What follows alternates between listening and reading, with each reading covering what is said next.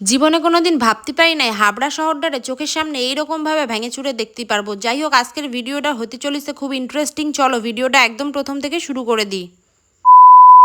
তোমরা যারা মনে করছো পলিদির দোকানে যাবে বনগাঁ থেকে, তাদের জন্য এই ভিডিওটা হতে চলেছে অনেক সাহায্যকর।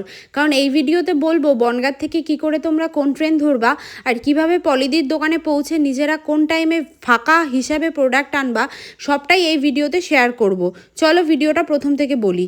তোমরা যারা মনে করছো হাবড়া থেকে পলিদির দোকানে যাবে, তাদের ক্ষেত্রে বলছি হাবড়া থেকে তো 1 নম্বর রেলগেটেই দিদির দোকান রয়েছে। আর যারা মনে করছো দূর থেকে আসবে, এমনকি বনগাঁ বাসিন্দার যারা রয়েছে, তাদের কি করতে হবে, বনগাঁ থেকে হাবড়া লোকাল, শিয়ালদা লোকাল, এমনকি যারা রানাঘাট থেকে আসবে তারাও চাইলে বনগাঁ লোকালে এসে বনগাঁ লোকালের ট্রেন ধরে চলে আসতে পারো হাবড়া স্টেশনে। হাবড়া স্টেশন বনগাঁ স্টেশন থেকে খুব বেশি দূর না। বনগাঁ স্টেশন, তারপর পরে হচ্ছে বিভূতিভূষণ, তারপর চাঁদপাড়া, তারপর হচ্ছে আমাদের ঠাকুরনগর, আর তারপরে রয়েছে গোবরডাঙ্গা, সংহতি, মসলন্দপুর, দেন আমাদের হাবড়া স্টেশন। তো তোমরা যারা মনে করছো হাবড়াতে আসবে পলিদির দোকানে, তাদের ক্ষেত্রে বলি পলিদির দোকানে যখনই তোমরা আসবে তখনই তোমরা আগে পলিদির প্রোফাইলটা দেখে নেবে যে পলিদির দোকানে আদৌ থাকবে কি থাকবে না। যদি পলিদি কোনো ভ্যাকেশন অথবা কোনো জায়গায় যায় ভিজিটের জন্য, তাহলে কিন্তু পলিদি নিজের প্রোফাইলে সবার আগে শেয়ার করে যে সে কবে থেকে কবে অবধি দোকান থাকবে না। তো তারা কিন্তু অবশ্যই পলিদির প্রোফাইল নোট করেই কিন্তু দিদির দোকানে আসবে। অনেক সময় কি হয়, দিদির দোকান খোলা থাকলেও অনেকে সেকেন্ড পারচেস বা শুধু প্রোডাক্ট চেঞ্জ করার জন্য আসে। দিদির দোকান সবসময় খোলা থাকে প্রত্যেক বৃহস্পতিবার বাদ দিয়ে। তাছাড়া কিন্তু যারা মনে করছো দিদির দোকানে আসবে কিন্তু দিদি থাকবে না, তখন কিন্তু তোমরা এসে শুধু শুধু ফেরত চলে যাবে যদি তোমরা দিদিকে দেখিয়ে প্রোডাক্ট নাও। তো এই ক্ষেত্রেই বলবো দিদির দোকানে আসলে অবশ্যই প্রোফাইলটা চেক আউট করে আসবে। এবার তোমাদের বলি হাবড়া শহরের কথা। আর কি বলবো, এখন তো প্রত্যেকটা জায়গায় দোকান ভাঙচুর করে দেওয়া হচ্ছে। দোকান ভাঙচুর বলতে প্ল্যাটফর্মের দোকান সেই সব ভেঙে নেওয়া হচ্ছে।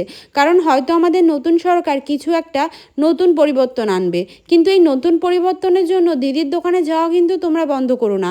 আর দোকান ভেঙে দিচ্ছে বলে যে অ্যাড্রেস বুঝতে পারছো না তেমনও কিন্তু না।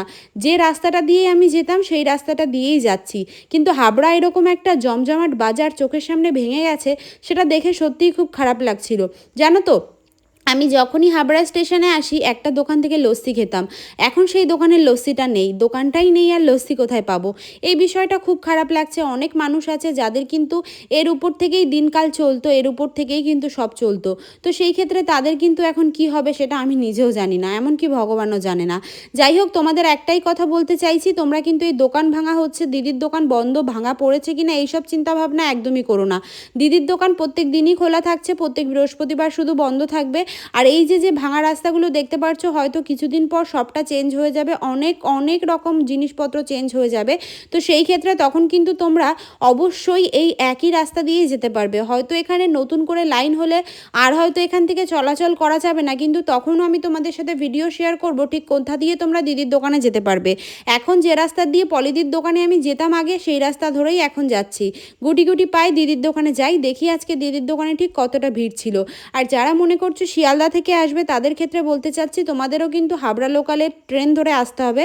চাইলে তোমরা বনগাঁ লোকালের ট্রেন ধরেও দিদির দোকানে আসতে পারো। দেখো আমি কিন্তু চলে আসলাম রেলগেট। রেলগেটটা দেখে চিনতে পারছো তো, আমাদের এই হাবড়া রেলগেট। এই যে দেখো রেলগেটটা দেখিয়ে দিলাম। রেলগেটের অপোজিট সাইড দেখো এখানে বড় করে লেখা রয়েছে জেনারেল, একটা কোনো একটা শপ রয়েছে, ওইটা কোনো হয়তো মেশিনের শপ। সেই শপের ঠিকই পাশের দোকানটা কিন্তু দিদির। এই যে দেখো আমি নিচে দাঁড়িয়ে রয়েছি দিদির দোকানের ব্যানারের সামনে ভিডিও করছি, তোমাদের সাথে সেটা শেয়ার করছি। আশা করি সেটা বিল্ডিংটা দেখে তোমরা বুঝতেই পারবে যে দিদির দোকানের বিল্ডিংটা ঠিক কোথায়। চলো এবার একটু উপরে যাই, কি হয় শেয়ার করি। দিদির দোকানে এসে দেখলাম কি পরিমাণ ভিড়, যে কারণে দিদিকে ভিডিওতে নিতে পারলাম না। দিদির দোকানে আসার পর আমি এত কাজের মধ্যে পড়ে যাই, এত ভিডিও করা, লেখালেখি, এত কাজ করি, ভিতরে এসে যে দিদির সঙ্গে কথা বলবো বা তোমাদের সাথে একটু ভিডিও শেয়ার করব, সেই সময়টাও পেরে উঠছি না।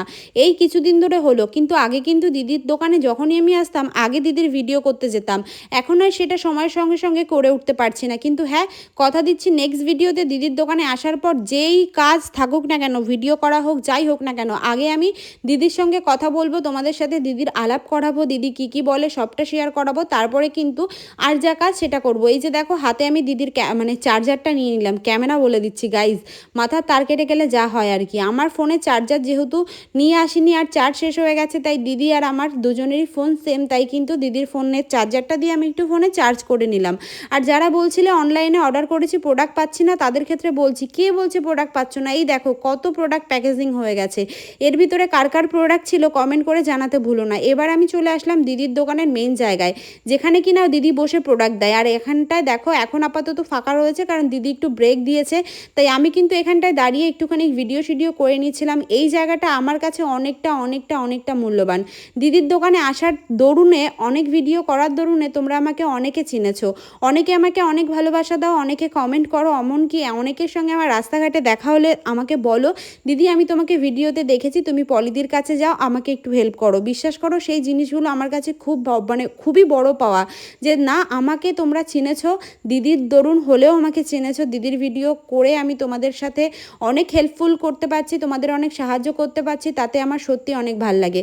এইভাবেই ভালোবাসা দিও। যাই হোক, তারপর তো দেখালাম নামের লিস্ট। রেগুলার এত মানুষ দিদির দোকানে হয়, সেই ভোরবেলা থেকে দিদির দোকানে লাইন দেয় জানো তো। আর এই হচ্ছে দিদির দোকানের যে নতুন নাম্বারটা, মানে এখন কিন্তু পেমেন্টের নাম্বার চেঞ্জ হয়ে গেছে। 21 নাম্বারে আগে পেমেন্ট হতো, এখন 21 নাম্বারে পেমেন্ট হয় না।